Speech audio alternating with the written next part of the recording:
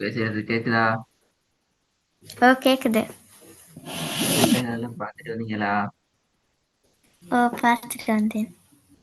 கேள்வி கேட்டா ஆன்சர் பண்ணீங்க அப்படித்தானே? இன்ஷா ம். பிஸ்மில்லா அவன ஓதுங்க, நான் இப்ப கேள்வி கேட்பேன். أعوذ بالله من الشيطان الرجيم. بسم الله الرحمن الرحيم. فمن يعمل مثقال ذرة خيرا يره. இன்னும் ஒரு பேர் உண்டு. இது மிஸ் கால என்று வருது. மிஸ் கால என்று வருது பிள்ளை.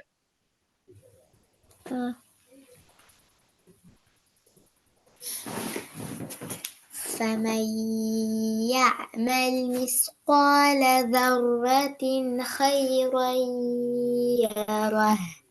இந்த எழுத்தை உச்சரிக்கிற நேரத்துல உங்களோட நாக்கு எங்க ஈக்கணும்?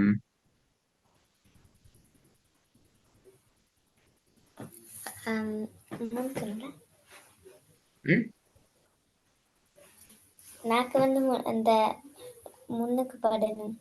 மிஸ் மிஸ் இல்லைங்க, சரியா சொல்லணும். முன்னுக்கு படணும் வேண்டாம். என்ன விஷயம்?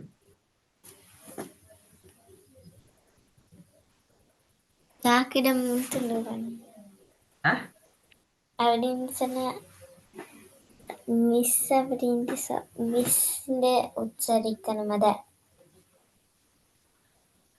நாக்கு மேல் பல்ல படணும் அப்படியா? இல்லாட்டி நாக்கு கீழே கீக்கணும் அப்படியா? நாக்கு முன்னுக்கு ஈக்கணும் அப்படியா?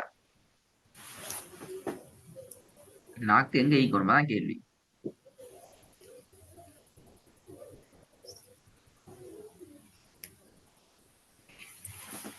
நாக்கு எங்க படுதுன்னு கேக்குறீங்களா? ஓ, நாக்கு எதுல படுது? அல்ல நாக்கு எந்த இடத்துல இருக்குது? Which place? எந்த இடத்தில் நாக்கு உள்ளது? நான் படிச்சுக்கிறோம், நான் படிக்காம கேள்வி கேட்கல. இந்த எழுத்து படிப்பிக்க போகல நான் சொல்லி தந்திக்கிறேன். நாக்கு இந்த இடத்துல ஐக்கோணும், நாக்கு இப்படித்தான் நீக்கணும் சொல்லி தந்திக்கிறேன். நான் பல்லுக்கு படணும். ஆ? பல்லுக்கு படணுமா நாக்கு? வேண்டாம், சத்தம் போட்டு சொல்லுங்க. நீங்க சொல்ற ஆன்சரே டவுட்லயே சொல்றீங்க நீங்க. அது பாரு.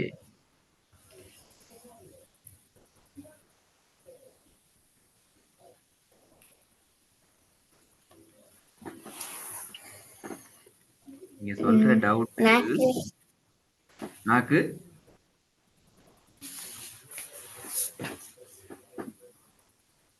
பல்லுக்கு படணுமா? நாக்கு பல்லு தான் கூட வருது. ஆன்சர் உறுதியாக நாக்கு இந்த இடத்துல ஈக்கணும், நாக்கு இப்படித்தான் நீக்கணும் என்று பதில் வருது இல்லையே.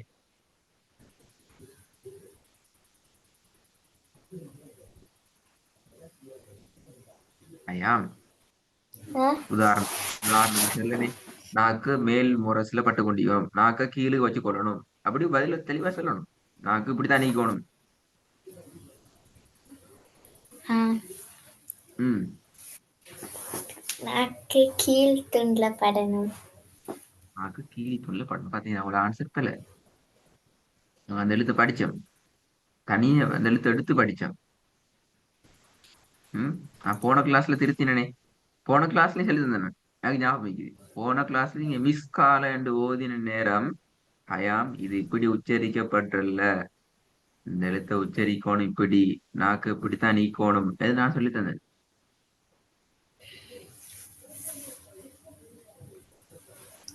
அதுக்கெல்லாம் மறந்துட்டு அப்படியா?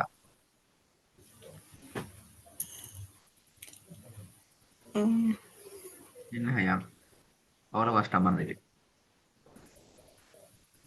இது ஒரு பேக்கா நான் சொல்லி திருப்பி ஞாபகப்படுத்தல.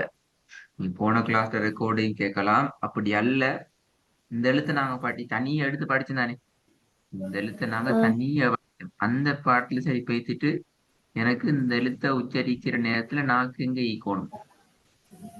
எப்படி இந்த எழுத்தை உச்சரிக்கிற நேரத்துல நாக்கு எங்க இருக்கணும்? நாக்கு எங்க ஈக்கணும்ங்கிறத எங்களுக்கு உறுதியாக தெளிவாக சொல்லணுமா? ஆன்சர் பேல முதலாவது பேல. ஐயோ, சரி ரெண்டாவதுங்களே. وما لأحد عنده من نعمة تجزى. இந்த ஜீம்ல என்ன சட்டம்?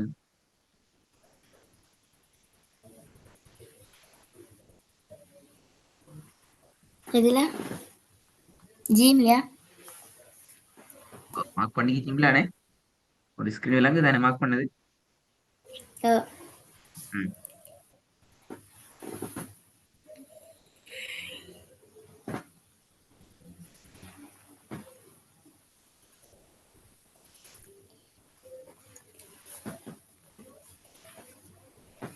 ம்.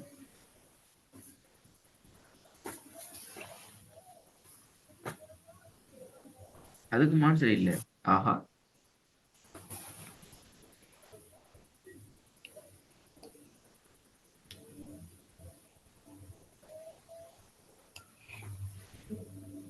ஐயாம் அது கேக்குதா வந்து கேக்குதா? அதுல ம். சட்டம் கேக்குறீங்க? அது ஓ, சட்டமே நான் சிம்பிள் கேள்வி, வெரி சிம்பிள், சின்ன கேள்வி. கல்கலோடைய சட்டம். ஆ,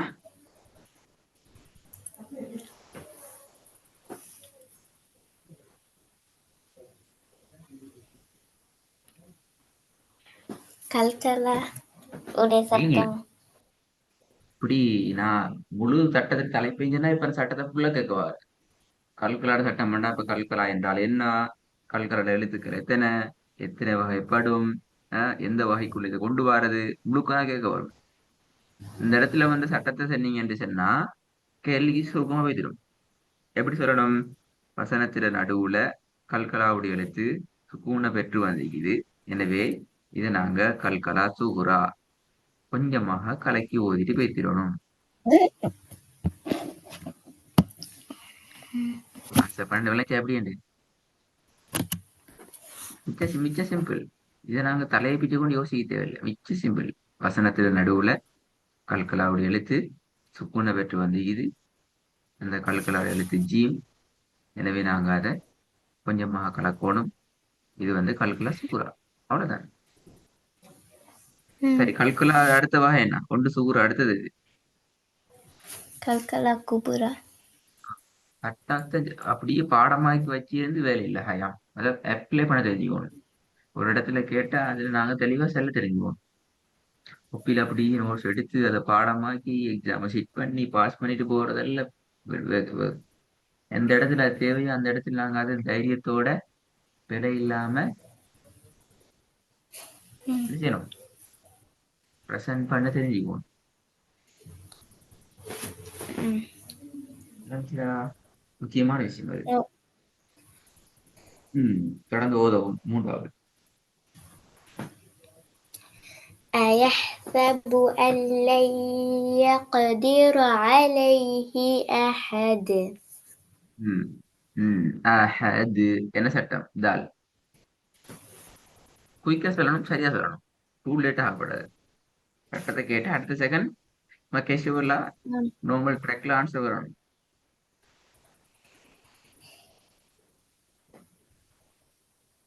டூ லேட் டூ கல்கலா குபுராவுடைய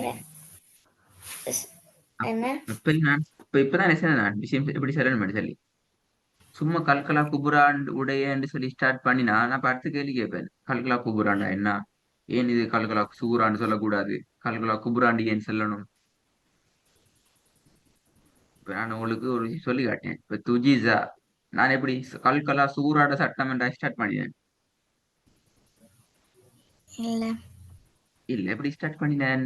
வசனத்துல நடுவுல கல்கலாவுடைய எழுத்து ஜீம் சுக்கூனுடைய அடையாளத்தை பெற்று வந்திக்குது. எனவே நாங்க இத கல்கலா சூரான்னு சொல்லுவோம். இதை நாங்க கொஞ்சம் கலக்கமா ஓதணும். ம். நீங்க ஸ்டார்ட் பண்ணீங்க எப்படி? பொட்டம்ல இருந்து ஸ்டார்ட் பண்ணீங்க. என்ன பொட்டம்? கல்கலா குபுராவுடைய சட்டம். இப்ப நான் அடுத்த கேள்வி கேட்பேன். கல்கலா குபுராண்டு இது ஏன் சொல்லணும்? கல்கலா சூராண்டு சொல்லக்கூடாது ஏன்? இப்ப அடுத்த கேள்வி கேட்பேன். நான் சொன்ன ஆன்சர்ல உங்களுக்கு அப்படி கேள்வி கேட்கலுமா? ம். ம்? என்ன? நான் சொன்ன ஆன்சர்ல துஜிதா என்றதுக்கு நான் சொன்ன ஆன்சர்ல இருந்து உங்களால வேற என்ன சரி கேள்வி கேட்க இயலுமா? அப்படின்னா இப்படிதான் நீங்க எங்களுக்கு பதில் பண்ணணும். அந்த பதில வளர்த்துக்கிறணும். இது வந்து கொஸ்டின்ஸுக்கு நீங்க ஆன்சர் பண்ற மெத்தட்களுக்கே வளர்த்துக்கிறணும். அது வெரி இம்பார்ட்டன்ட். ம். அல்லது படிப்போம், ஓதுவோம், கடைசியில உங்களுக்கு இன்னொருத்தர் கேள்வி ஒன்று கேட்டார். இல்ல இப்படி ஏன் இப்படி ஓதுறீங்க? அஹது ஏன் இப்படி ஓதணும்? அஹத் என்று ஓதிட்டு போனா போதும் தானே என்று கேட்டால் நீங்க ரிப்ளை பண்றது கஷ்டமாயிடும். அப்படி பெறாது. உங்களோட ஆன்சர் பெல. நான் உள்ள பேசுறது காரணம் அஹது என்ற இடத்துல நீங்க சொன்ன ஆன்சர் பெல. உங்களுக்கு சட்டம் தெரியுது. அத உங்களோட கேஷுவல் டாக்ல கேஷுவலான ஸ்டைல்ல அந்த ஆன்சரை நீங்க ப்ரெசென்ட் பண்ணணும் கட்டாயம். ம். திருப்பி சொல்லுங்க பாப்போம். ம். எப்படி சொல்லணும்? குயிக்கா சொல்லணும். வஸ் வசனத்துல முடியிற இடத்துல கல்கலா குபுராவோட எழுத்து கல்கலோட எழுத்து தான் வந்திருக்கிற சுட்டி அதை நல்லா கலக்கமாக ஊதணும்.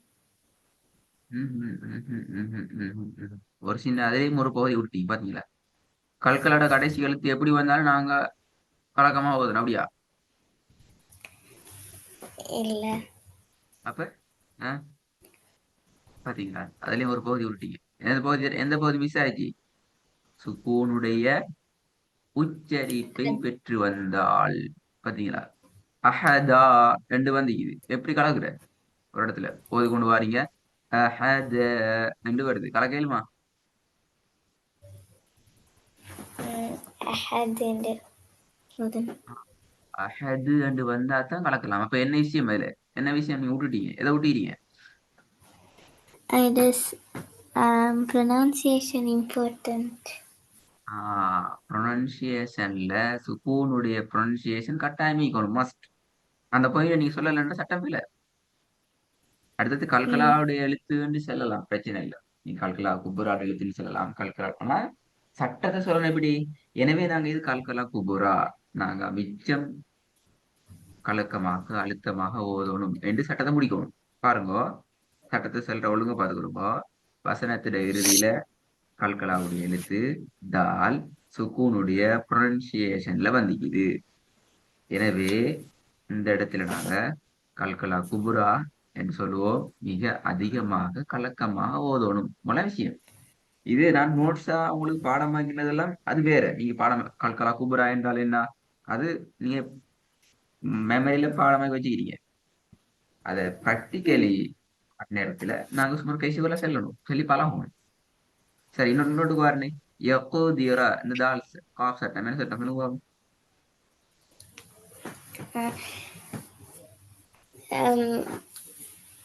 வசனத்துல நடுவுல கல்கலாவுடைய எழுத்து காஃப் வந்திருக்கிற சுட்டியும்